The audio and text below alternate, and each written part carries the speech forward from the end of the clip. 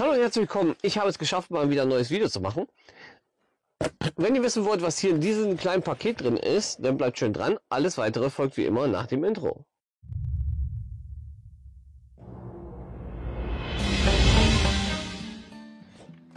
Ja, ich habe mir was Neues bestellt bei Amazon und jetzt will ich das mal öffnen, um mal zu schauen, was eigentlich da drin ist.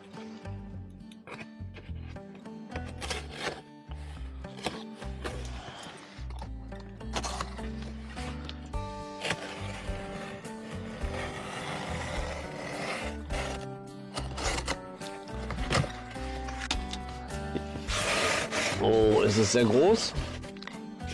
Das ist wirklich groß. Holle die Waldfee. Es ist ein Dynawin Autoradio. Mein Gott. Größer gegen den Karton nicht.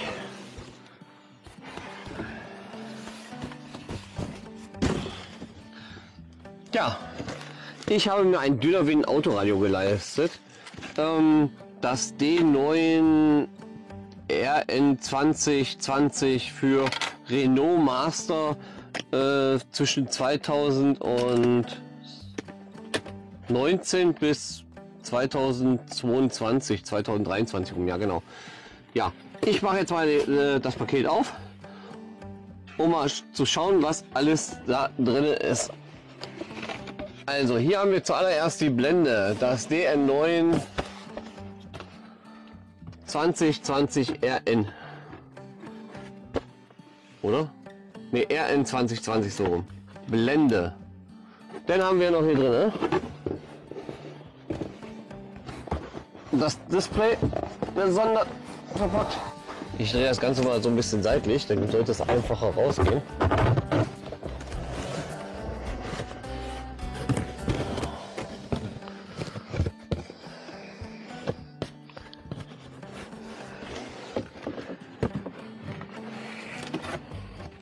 Und dann ist auch schon der große Karton wieder leer.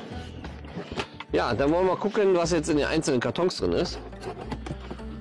Und auch den stelle ich erstmal hier auf den Gang. Fangen wir an mit dem Display.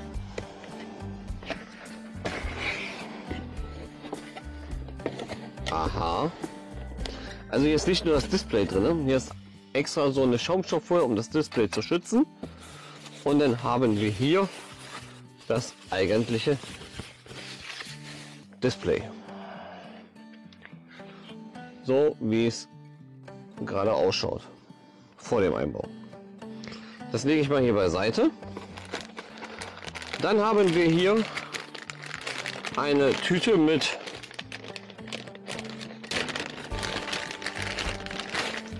der Anleitung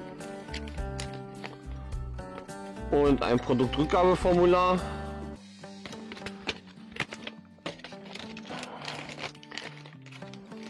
Dann haben wir hier, ja, das ist eine berechtigte Frage. Was haben wir denn hier alles? Ich denke mal, das hier ist eine USB-Verlängerung. Ja, eine USB-Verlängerung ist das nicht, das ist irgendwas anderes. Hat Accessoire, also irgendein Zubehör. Hier eine kleine Antenne noch dran. Hier irgendein Verlängerungskabel. Naja. Und das wird die eigentliche. Ja, das ist die kleine nette Kontrolleinheit. Mit den ganzen Anschlüssen. DAB+, GPS, Wi-Fi und Bluetooth, Mikrofon und etlichen anderen Sachen. Und da haben wir hier noch eine kleine Kiste. Das lege ich auch mal beiseite. Da steht HAT 150 drauf. Na, bin ich mal gespannt, was hier drin sein soll bei HAT 150.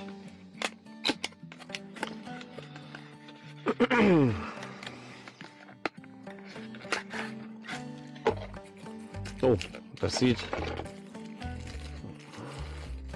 Ach, jo.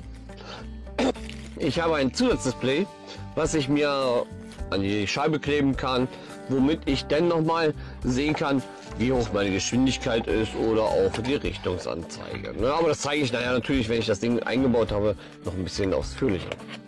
Ja, damit ist der Karton anscheinend leer und dann stelle ich den auch mal beiseite.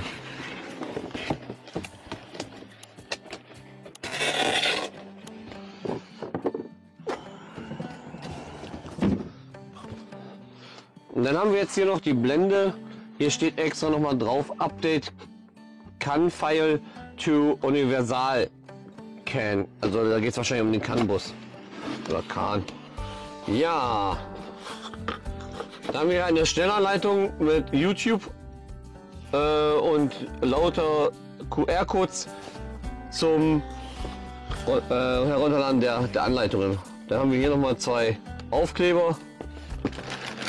Etliche Adapterkabel, da bin ich mal gespannt, was das alles ist. Dann habe ich hier noch mal eng. Ach, nee, das ist keine Drahteinziehhilfe. Und dann habe ich noch die Originalblende. Na, wo ist hier die Öffnung? Hier ist die Öffnung. Weil die Originalblende, die drin ist, die muss nämlich ausgetauscht werden. Ja, und dann haben wir auch den Karton leer. Die ganzen Schaumstoffdinger mache ich mal beiseite. Und dann wollen wir mal nach vorne wechseln zum Führerhaus oder Fahrerhaus, um das alte Radio erstmal zu demontieren. Ja, wir sind jetzt hier vorne im Fahrerhaus. Hier seht ihr noch das alte Radio. Da könnt ihr es, da unten könnt ihr es erkennen, wahrscheinlich nur halb erkennen. Ich versuche noch mal ein bisschen ranzugehen. Ja, dieses Radio soll ausgetauscht werden. Dazu müssen wir zuallererst die Blende abnehmen und das obere Teil herausnehmen. Das geht auch relativ unkompliziert. Hier oben, das ist einfach nur geklickt, da muss man ein bisschen vorsichtig dran ziehen. Beziehungsweise erst hier oben das Ding rausnehmen. Das wird, ja, das gibt es in Zukunft ja nicht mehr, diese Ablagefläche. Und dann kann man hier Stück für Stück einfach dran ziehen, vorsichtig, und dann hat man das erste Teil schon ab. Jetzt gucken wir hier auf 4 Schrauben, die müssen wir natürlich gleich lösen, aber ganz wichtig, hier unten drunter sind auch noch mal Schrauben, die müssen wir auch gleich vorsichtig noch mal herausschrauben. Ne, weil wir wollen das ganze Ding abnehmen und damit wir denn da reinkommen. Ja, jetzt seht ihr da die 2 Schrauben, da oben nochmal 2 Schrauben und da nochmal 2 Schrauben. Die geht es jetzt erstmal herauszudrehen.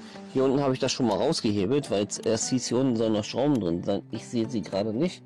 Naja, wir schauen mal, vielleicht kriege ich ja diese Rahmen, also es geht darum, diese Rahmen hier abzubekommen, weil hier sitzen die Schrauben und dieses Metallblech, was ihr hier seht, sitzt noch hinter den Rahmen. Selbst wenn ich das Radio versuche, ganz hier rüber zu schieben, werde ich es nicht aus diesem Rahmen rausbekommen. Aber für alles gibt es eine Lösung. Ja, ich habe tatsächlich die Schrauben gefunden. Also man muss genau hingucken, wo man, und zwar da hinten, seht ihr, jetzt, seht ihr da hinten die eine Schraube? Und da sitzt die andere Schraube. Die muss ich natürlich auch noch rausholen. Und dann kann ich die ganze Blende abnehmen. So, ich habe jetzt das Radio draußen. Ihr seht, hier ist alles leer. Nur die Kabel von dem alten Radio gucken noch raus. Ich habe die Stecker hier von der Rahmenblende tatsächlich nicht abbekommen. Da gibt es wahrscheinlich irgendeinen Trick bei. Den muss ich noch mal gucken, ob ich den irgendwo finde, in der Anleitung vielleicht. Ja, aber das Radio, wie gesagt, ist draußen. Und jetzt würde ich tatsächlich das neue Radio einbauen. Ja, ich habe jetzt das neue Bedienteil noch nicht drin, aber zumindest ist das Basisteil ist drin. Hier seht ihr noch einen USB-Anschluss. Ist deswegen, weil es das falsche, wie sagt man, Anschluss ist. Ja, genau, der falsche Anschluss.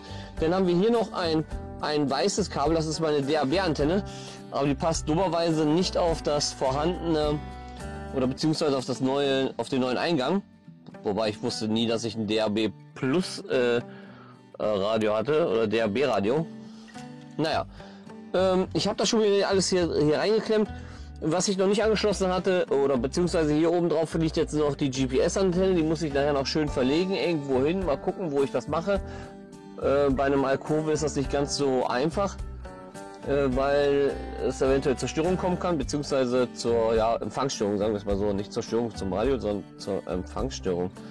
Ja, und wie gesagt, das Mikro habe ich jetzt noch nicht angeschlossen, das liegt noch hier auf meinem Beifahrersitz. Ich hole jetzt mal gerade das hier. Da muss ich mir auch noch einen schönen Platz versuchen, wo ich das hinlege. Mir geht es jetzt erstmal darum, das Radio weitestgehend so weit hinzubekommen, dass es funktionsfähig ist. Dazu gehört aber nicht das Mikro und auch nicht das DAB Plus bzw. das DAB-Kabel. Das werde ich noch ändern, aber jetzt müsste ich dazu erstmal dann wieder gucken bei meinem Verkaufshändler, was für einen Adapter es dafür gibt. Schade, hätte ich gerne fertig gemacht, aber war halt nicht möglich an dem Augenblick. Ja, das neue Radio ist jetzt auch mit dem Bedienteil drin. Da seht ihr es. Ich mache jetzt mal die Schutzfolie runter und dann werden wir gleich mal den Motor starten, damit wir schauen, wie das ist. Aber das folgt im nächsten Teil.